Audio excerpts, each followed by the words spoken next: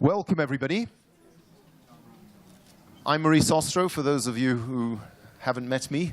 I'm a YPOer, and we are, for the first time here, looking at how business can be a force for good, not for the biggest corporates. And I know you're all thinking, you know, here we are in Davos, and you've got the largest companies, governments, NGOs. We are going to discuss it, but we're going to be discussing it about small-time entrepreneurs, people at the very early stages of their entrepreneurial journey. And we have a fantastic panel. If you all look at your phones in a minute, you'll all see an email with, every one of you should have had, should be registered so you have your emails. And I'm not going to introduce each and every one of them, as most of you will know them anyway, but I will just introduce them one by one, and their bios will be on your email right now. So, first, let me introduce the panel. Starting, this is Pascal Gerken, who will speak first. He is the chairman of YPO. And we have Lady Linn Rothschild, who you will, as I say, see everybody's bios shortly. Next to Halla, Tómasdóttir, and she is the CEO of B-Team. We do have one who's been coming. We're going to do a little swap at the end, Michael Muller. But Pascal will be followed, I think, by Linn, and then I think we'll just follow the sequence of how you're sitting. Grete, Faremo, sorry, my Swedish is not brilliant in terms of pronunciation. Martin Sorrell. We're working on that, Martin. Martin Sorrell. And Henrietta Fore. What we will do now, if you don't mind, is we will have some introductory remarks, and then each one of them I'm going to ask to address the simple question: how can we, as corporates, businesses, help the small guys who are starting out to be purposeful and to be successful? So with that, Pascal. Thank you very much. Good afternoon, everyone. I'm Pascal Gerken, chairman of YPO, and on behalf of our CEO, Scott Mordell, who's right here, we want to welcome you to this room. I'd like to start to express what is very strong in YPO. It's gratitude. Gratitude for Scott and his team and the management that have been working and preparing everything, but also Maurice, who was absolutely there to make sure that everything happens. It's been an amazing week for us. You've all received by now a press release that you can find details on YPO-Davos, which will give you the exact results of the Global Leadership Survey 2019 that we have taken. And the results are extremely encouraging. 93% of the YPOers that took the survey want to make sure that their business should be a business making an impact. And that's a pretty interesting survey, 2,200 of our members, yet they received it on the day just before Christmas, took the task to make the survey out of 110 countries. The second very important data that I won't share all of them, but the key data is 74% of them had actually their mindset on how they wanted their impactful business to be changed within the last 5 years. And through those last 5 years, what is cool to see is that it's the employee, the colleagues, and the children, how cool is that are actually pushing that change to the leaders. And what, of course, makes me very happy is what came first with 49% is that the experience of YPO and inside YPO was also a key drive change for them. I also want to say that we looked at the alignment of what was the most important for us. Climate change, lack of education in the world, justice and peace and government for elder leaders and our younger leaders that we also question. 850 of them talked about poverty, but also the dynamic, important economic growth and creating jobs and employment came as the most important values. The challenges that the organization saw, and the very first one was actually government regulation. That's the biggest hurdle to create impact into our company. Although I sincerely believe there's a solution. If you look how YPO works with President Kagame in Rwanda, making a difference and being impactful, it shows that we can go to those governments and create positive regulation. Another quick example, Lithuania, 2.8 million inhabitants. The government reached out and said, we don't have YPO. We want to have a chapter. And within a year, we had a YPO chapter in Vilnius. Great partnerships. So we here, as we walk around the streets non-stop, in any door that we push, we always hear that business should have a purpose. But the big question as we leave the mountains and go down to the valley as YPOers is, how do we make sure that we're not in a position where let's keep on talking, but how do we walk the talk? How do we make sure that we put our words into action? And how do we scale globally in the organization? I believe, and we believe as YPOers, that we can truly, as an organization, be key to this conversation. If I look at our numbers, we're going to hit 27,000 members. We're in 135 countries. We're growing 5%. Amazing retention rate, 95.6. But let me give you some interesting figures as well. Together, YPOers employ 22 million people. And as we take together our turnovers and we aggregate the turnovers of YPOers, we now touch $9 trillion economy. $9 trillion, imagine if we were a nation. We would actually be behind the US and China, and the GDP of Germany and Japan together combined is still below that figure of 9 trillion.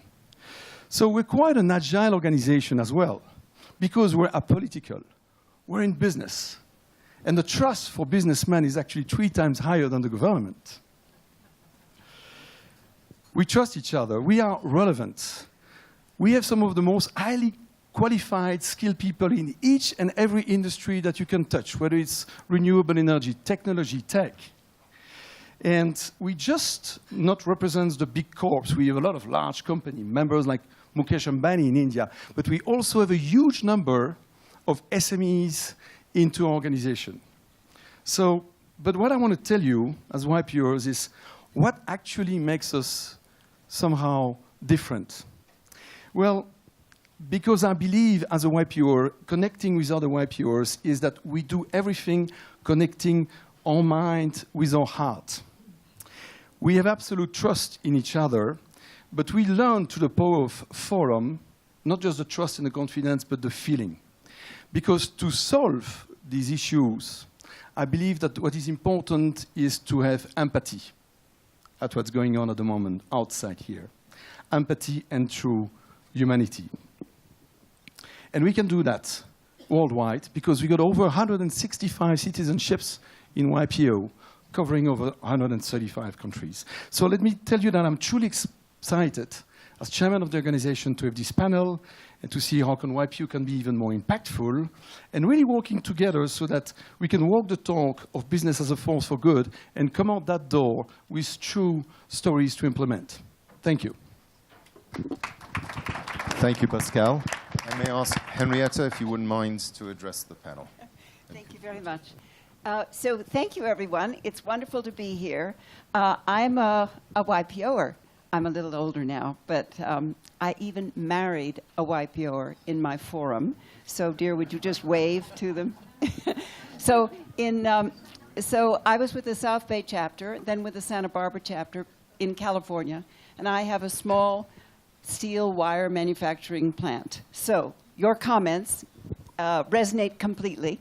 I would never think that I'd be at WEF, or I'd wonder how I would connect.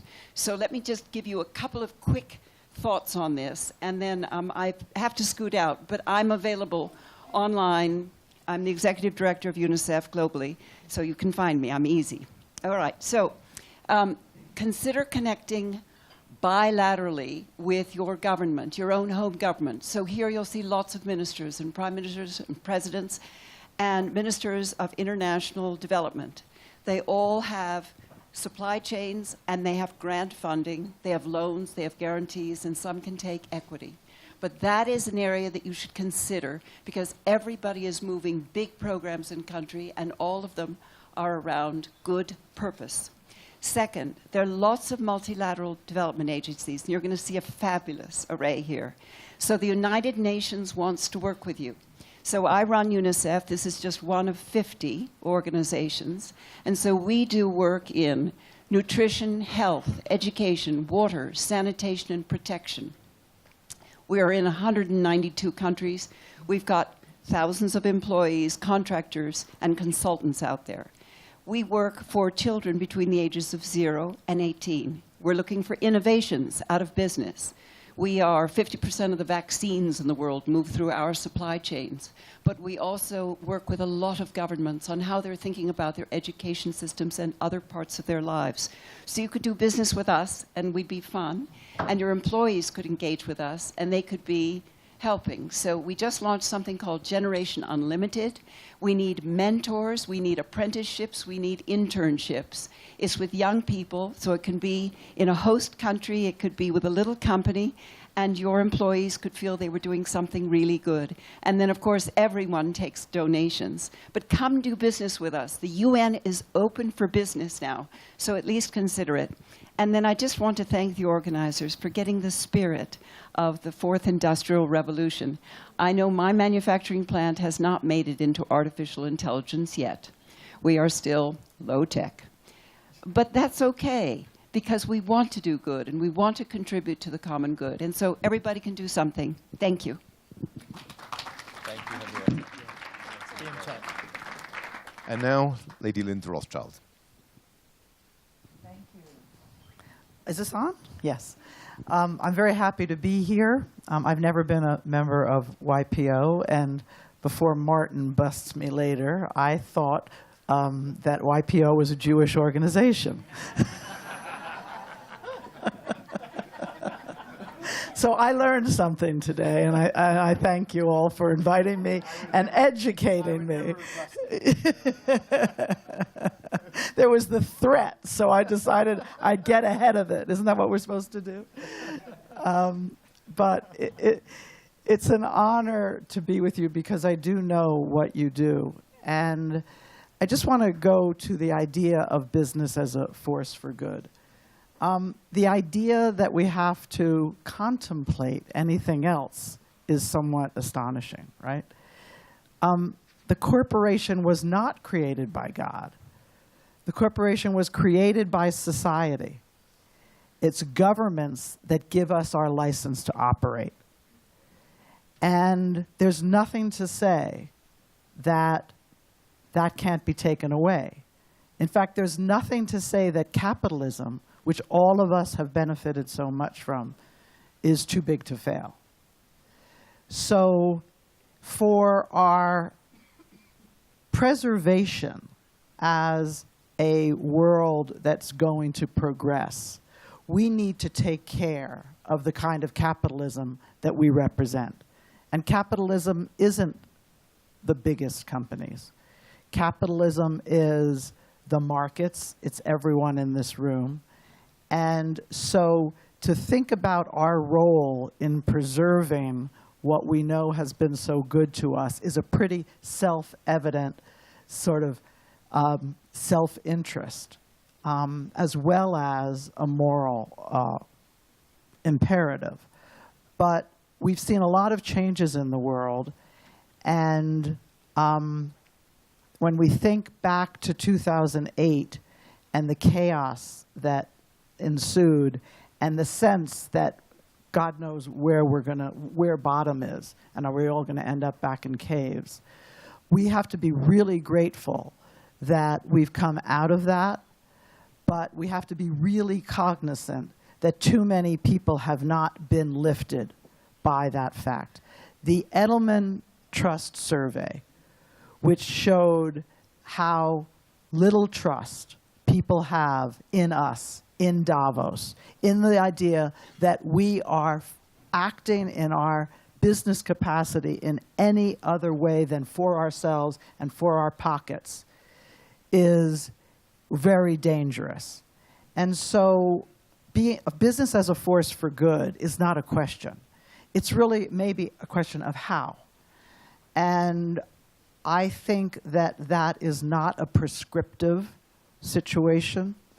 I think that every company needs to decide for itself how to, address problems in a profitable way, how to serve customers, and indeed, all of us need to think, and we know as business owners, this is about entrepreneurship. I consider myself a serial entrepreneur. We know that our value is in the care that we take for our customers and our employees and our communities and our reputations. And if we are not viewed by our customers as a force for good, then our products, look, some are going to sneak through the cracks and they're going to make a lot of money. Great, congratulations. But you know what? If you snuck through the cracks and you can't hold your head high and know that you have at least attempted to use your business as a force for good, then I really don't know what we've achieved. And just a little bit about what I have done. I'm supposed to be running a business, but I'm finding myself running and thinking a lot and working with people on inclusive capitalism. And people have said to me, well, Adam Smith would have seen inclusive capitalism as a redundancy. And I say, well, sadly, too many people see it as an oxymoron today. And so we have to make sure we are running our businesses in an inclusive way. And I better stop there. Thank you very much, Linn.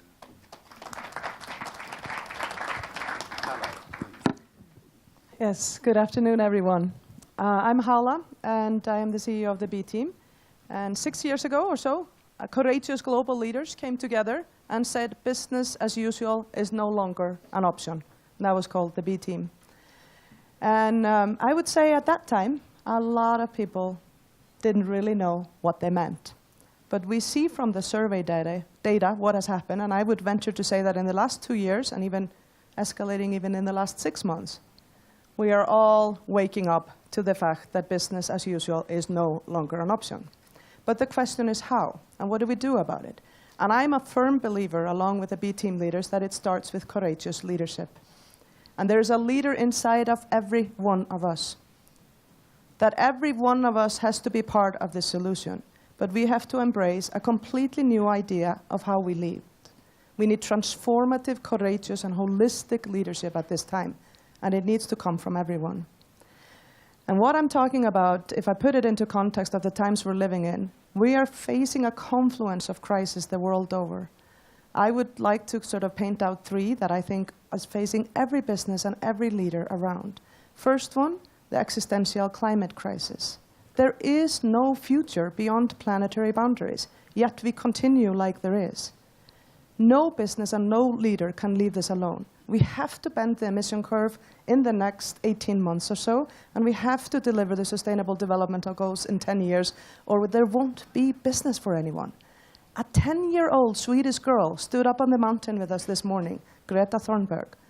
She has started a movement that's almost as large as YPO by now, single-handedly by going on a strike, because she doesn't want to go to school, because she says, what if you're not focusing on climate, what are you doing? There is not going to be anything else. She's 10 years old. And she's created that change. So there's a leader inside of every one of us that can tackle that. But related to that is that because we know we need to go to the new and clean and green economy, we are leaving a lot of people behind.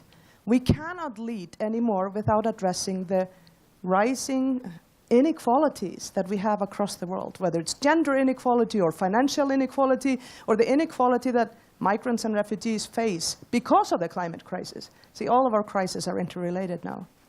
And last but not least, we are facing a crisis of trust in this world. It's at an all-time low. Before the last chapter of Brexit, 3% of people in the UK trusted the government to solve it. So business has to step up and fill this leadership void and actually be trusted to lead the changes we need and create new systems that actually work for humanity and not just the financial economy. We need a new definition of success.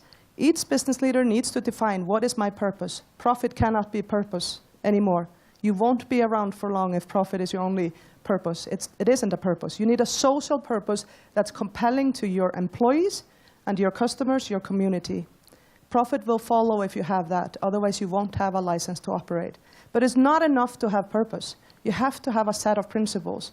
You have to lead on the back of sustainability, equality, and accountability, because you have to solve the climate crisis. You have to solve the social crisis, the social unrest we have in the streets of France, where we have a great, courageous national leader trying to act and do the right thing on climate, but we have 70% of the French people agreeing with Yellow Jackets because they're not addressing the crisis of inequality. All of these things are related today. And last but not least, majority of people, according to the Edelman survey, trust their employer best. Trust is highest between your people and you. So you are the leaders the world is waiting for. And I ask you to think about how you're going to step up and embrace the holistic leadership and the courage and the humility to know that each one of us is going to matter on that journey.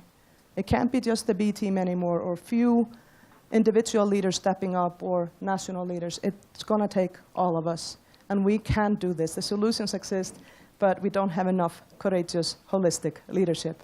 So that's on you.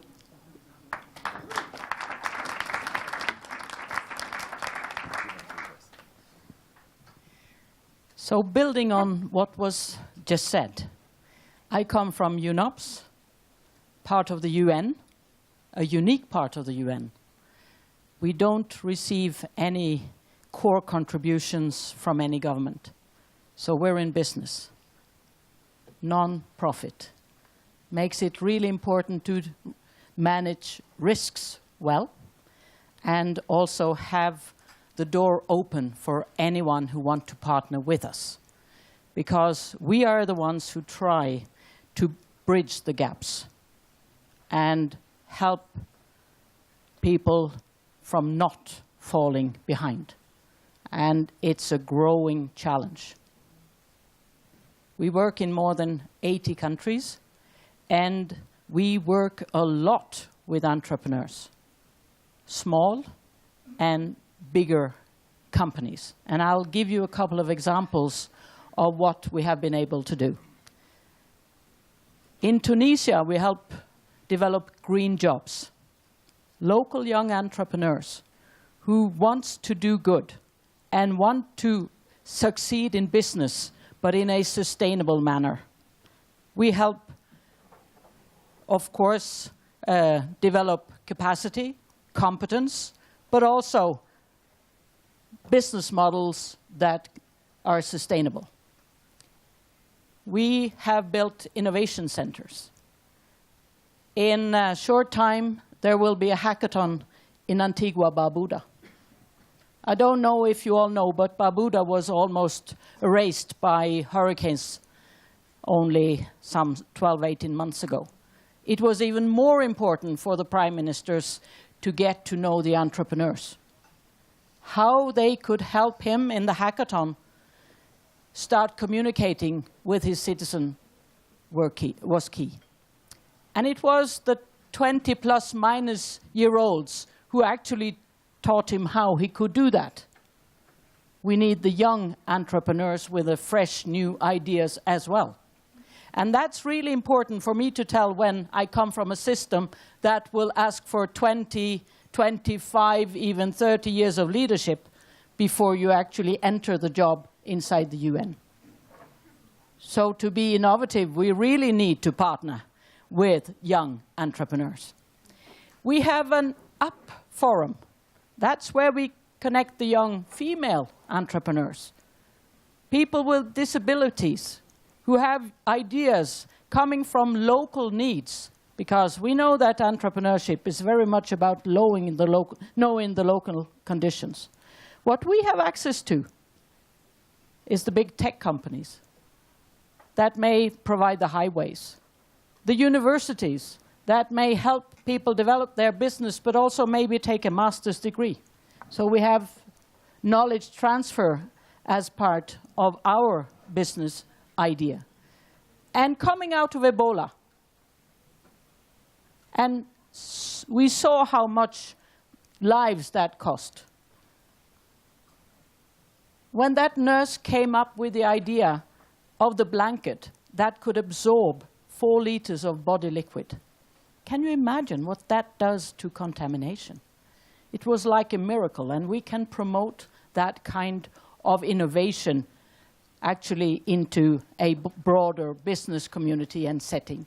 So just come and talk with us, and we're ready to talk business. Thank you. So I won't stand, because standing doesn't make any difference. Leave you to think on that one for a minute. Delighted to be on a female-dominated panel. Now I know how the other half feels. Let me just start by making a couple of observations. There was that comment about business, purpose and profit are irreconcilable. I beg to disagree. I think they are reconcilable on one caveat, and that is, and this is reference I must give in the spirit of transparency. I must give credit. This is a concept that John Brown, who used to run BP, in 1997 at the Stanford Business School, said that if you're in business for the long term, you will take into account all stakeholders. And it's a very simple thought, but as you actually think it through, and his analogy was, if you're in the oil business and you rip the oil out of the land, the ground in a couple of years, and without any account for all the stakeholders, you are offending a large number of people. But if you think about it in the long term, and if you're in business for the long term, it really, I think, resolves the apparent conflict. Now, there's a problem, and that is the most vibrant sector in the economy, and I'll come on to it in a second, is the private equity sector. That sector probably raises about $500 billion a year, I've looked at the statistics, in unlevered equity funds, and then levers that up maybe 4 or 5 times. So you're talking about $3.5 trillion a year since 2008, since the crisis of 2008, 2009. And it's not a hidden sector, but it would make even the YPO figures pale in comparison. So I do think the long-term issue is critically important. I have to say that every chairman, CEO, it used to be greenwashing. People would say it because they believed that it would help them from a PR point of view. It was spin. That's no longer the case. Everybody understands the importance of it. And I just make the observation, Linn mentioned this, and I think it is, we're talking here in Davos on the top of a mountain to ourselves.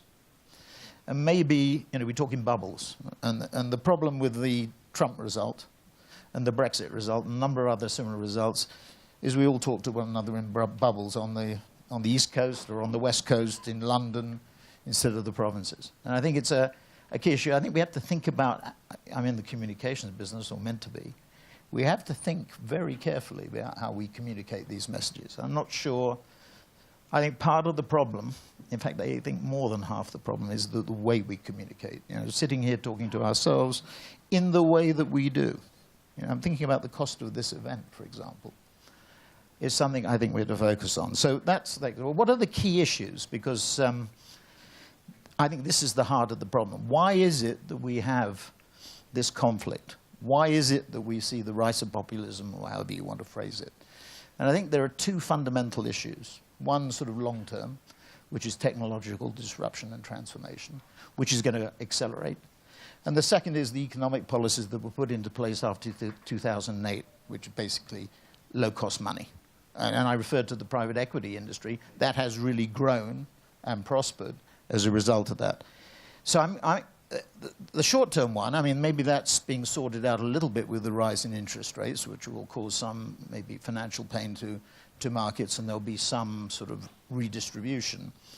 But let me just come back to the technological disruption issue, because I think this is the practical advice that we could give to YPO members. I thought, what are the things that small businesses can do that can deal with technological disruption? How can they help? And Facebook, for example, just to make the point, has been much maligned, I think somewhat unfairly. And I was listening to Sheryl Sandberg, not here in Davos, actually. She did an excellent job at Design last night, those of you who might have heard her. But I was looking at a presentation. I was at a presentation she made in Munich at DLD on Sunday. And she mentioned that on Facebook, there are 91 million small businesses that use it, and that those small businesses are the engine of employment. Now, if you think about it for a minute, one of the side benefits of Facebook, with all the controversy around brand safety, fake news, political intrusion, whatever it is, one of the benefits is it does stimulate the growth of small businesses. And 60 to 70% of the advertising revenues of Google, Facebook, Alibaba, Tencent come from small businesses. So stimulating the small business community is critically important. What are the three things that the YPO organization, in my view, should do? What is the advice that you should give your members? There are three key issues around technological disruption and the deprivation that comes to various areas. The first area is mobility, encouraging employees to be, because there is going to be friction in the economy. There are going to be shortages and surpluses. And one of the things we're very bad at is providing, all this is about providing subsidy, effectively. Subsidy for mobility, subsidy for education, and subsidy for soft and hard infrastructure. Those, in my view, are the three things you have to do to absorb the pools of degradation, the poor areas that you see in the United States, that you see in the UK. Go outside London and look what's happening. You know, the destruction to many sectors of the economy, like retail, for example, and manufacturing. So I think those are the three areas that your YPO members should focus on. Thank you. Thank you, Sir Martin. Now the fun part. There is actually an ask, and I'm going to ask everybody to find a place at a table. I understand there are too many people here to sit. There's only room for 10, perhaps. Maybe you can squeeze some chairs in, because there's something that we want to get out of this. In the next 15 minutes, we're going to ask each one of you at your tables to come up with some ideas. And I know we're sitting, as I said earlier, the largest companies are here, governments, NGOs. And I think if you're not already convinced, and the polls say that, certainly among the YPOs we are, that business can be a force for good. You've heard from the panel some very effective arguments. All we need to do is to distill it into actionable plans that we can come back next year and say, this is what we did. And so we've chosen the 7 most important areas according to the YPO poll. You've been given table plans, and we're going to ask you to come up with some ideas. At the tables, there is a person there. If not, somebody else will have to volunteer, but there's been a person from media, and one person can help to stimulate the conversation. But what we want in 15 minutes is that each one of the 7 tables, focusing on those areas, to give us 1 or 2 practical ideas, not how we can change our own companies if we're larger organizations, but how we can help others, smaller enterprises, be more successful and be more purposeful. An example. So Sir Martin is in communications. And I was saying, we need to get this message out. How do we do this effectively? We started a campaign amongst various YPOs. When you came in the door, you saw entrepreneurial giving, and it's EG because it's entrepreneurial giving, but it's also EG because it's about examples. And one example is Martin himself. I said, I need help to communicate this to other YPOs, to people around. He said, oh, I'm in communications. I'll give you a chap. And he's giving his time pro bono to work with us to get across this message to the world. We had events, YPO events with YPOs in various countries. We did one in Cape Town, Frankfurt, London, and Billings, Montana. We've had EY hosting one in Cape Town, the one in London at KPMG. Competitors, but working together because you heard about the trust index. Government has lost that. We're not here to help government, but we are here to make capitalism a force for good, and we are losing that trust. And we have, unfortunately, seen that diminishing year after year. We need to arrest that decline and reverse it. And the only way we'll do it is when we have bigger companies helping entrepreneurs to do so. And around the room, we have those different elements: NGOs, governmental leaders, and entrepreneurs, smaller and, of course, the large corporates. So may I ask you all, and the panel will come and sit at the tables, and in 15 minutes, I will ask somebody, you can amongst yourself choose who will be the spokesman for the table, stand up and tell us your ideas, and we will ask the panel. We will have one person changing. We're Michael Muller from the... this is dynamic, it's Davos, it keeps moving all the time. And we will have some reflections to you. So please, may I ask all of you who are sitting in the back, don't be the audience, be participants. Come, join the tables. Sure about the things that have helped me in terms of making it come. One such thing would be water and all this. And the idea is that they would charge them a cost. So instead of just driving it around, if you talk about this, like, and when we're thinking about ways that we actually scale the kind of services that are totally involved.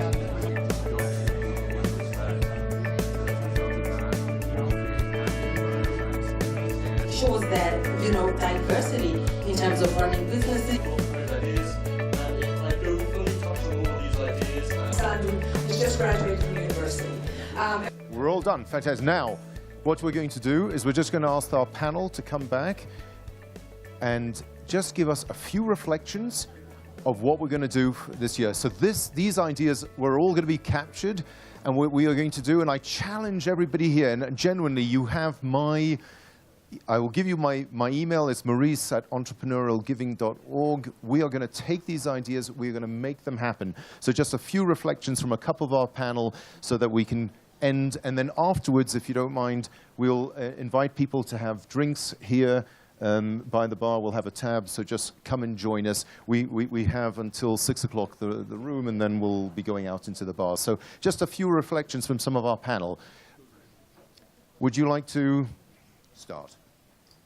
So, No, take this. being resilient means you're left on stage alone.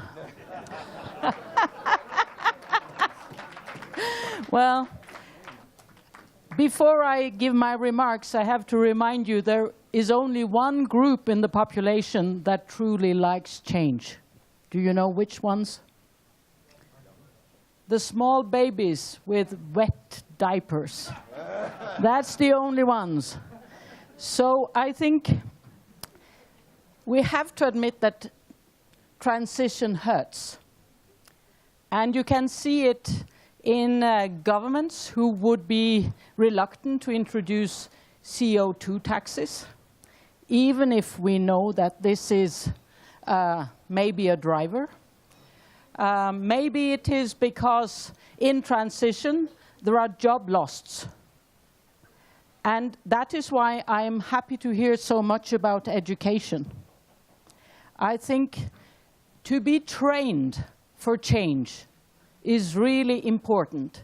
Those of us who have felt that it was actually through our own skills that we were set up for change rather than others helping us to go through change makes a difference. I miss trade unions at these tables. I think they are very important to actually drive change and how to change content in jobs. I also think it's important to pair new skills with what I could call old experience. I've heard some of the big companies who believe technology is a key driver and where they see that they need to innovate. To pair the old operators who knows how things are done with those who really knows how to use new technology could be interesting. And I love to hear changing education, because we have to realize that it's maybe not behind the counter close to the board. The competence is the highest. It's probably out there in the classroom. So how you also train the teachers to actually invite people in. And the whole thinking about what's bringing value to shareholders. We didn't talk so much about that in this context, but I think it's really important that we go along together in how we measure value, results, and realizing what the drivers are in the stock exchanges, what do we need as both companies and maybe the UN as well as governments to change that. I'm sorry I'm getting long, but since I have the floor, I would also say to the table discussing peace and security, why don't you come to UNOPS? This organization that I'm heading, and I'm really proud to say, has been able to take out chemical weapons facilities in Syria the last years. The war has been raging, but we were able to close them down. We're low-key, so I'm actually happy to say it was OPCW that gained the Peace Prize for doing it, but actually we got the job done. And we're ready to build roads to peace. Very often a conflict is coming out of very simple things. Discussion about where marketplace should be stimulated by feeder roads or roads, whatever, and these conflicts, they go to scale. So when we are also monitoring the goods that now go into ports in Yemen, and where we are allowed to monitor those ships going in on behalf of all the parties in the conflict, and actually allowing some of the small businesses in Yemen still to continue producing their goods, knowing that they need what is called in the peace and security terminology dual-use products. I'm actually happy to say that UNOPS, in its way, is helping peace and security. I'm now told that I should let go of the microphone. So if you only remember this thing about Syria and that we're quite good at what we're doing, please, as entrepreneurs, come and see if we can do business together for the good. Thank you.